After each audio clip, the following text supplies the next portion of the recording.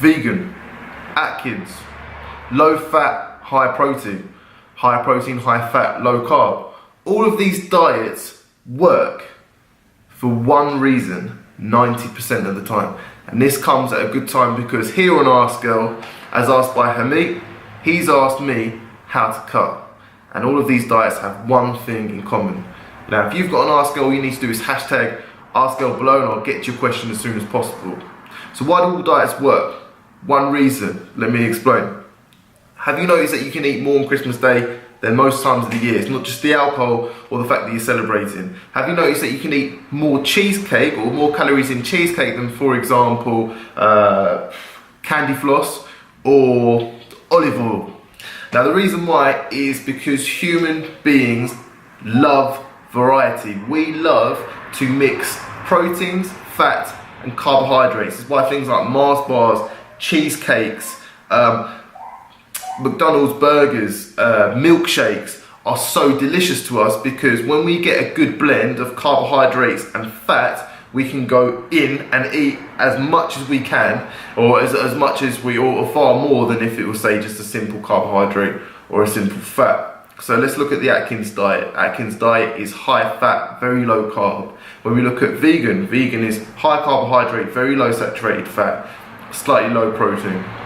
And we can look at Herbalife, for example. Herbalife actually places rules on how much you can eat per day, and it massively restricts, obviously, the amounts of fats in your diet. So what this means is that because we cannot mix the sources of the energy that we sustain, we consume, it means that behavior-wise, we don't consume as many calories, and that is the reason why 90% of diets work. It's the reason why people quickly lose weight on the vegan diet, Atkins diet, etc, etc, etc, is because we're having fewer choices with where we get our fuel from. Now, when we get past that and we are able to effectively change our behavior, it then leads into what's the next best thing. The next best thing is to address insulin. If we can address insulin, if we can make sure that we go through as fewer insulin spikes as possible, or our insulin spikes are timed after our training, then it means that we are far less likely to put on weight around our waist. We're more likely to take in energy into our muscles, and also, as well as that, we're less likely to put on fat in general, because if you're not spiking your insulin levels by having a huge amount of food throughout the day, then it leads to less weight gain.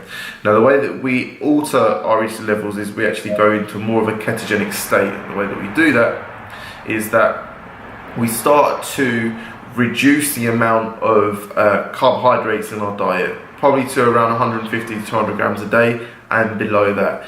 Then, to make sure that you're getting the most out of your training sessions, you want to be consuming about 15 to 30 grams of carbohydrates. During your training session, that can be during a still Lucozade, which has about 30 grams of carbohydrates in 500 milliliters of liquid. So those are my top tips. First of all, focus on your behavior. Now, if you've got an Ask Girl, all you need to do is hashtag Ask Girl below and I'll get to your question as soon as possible.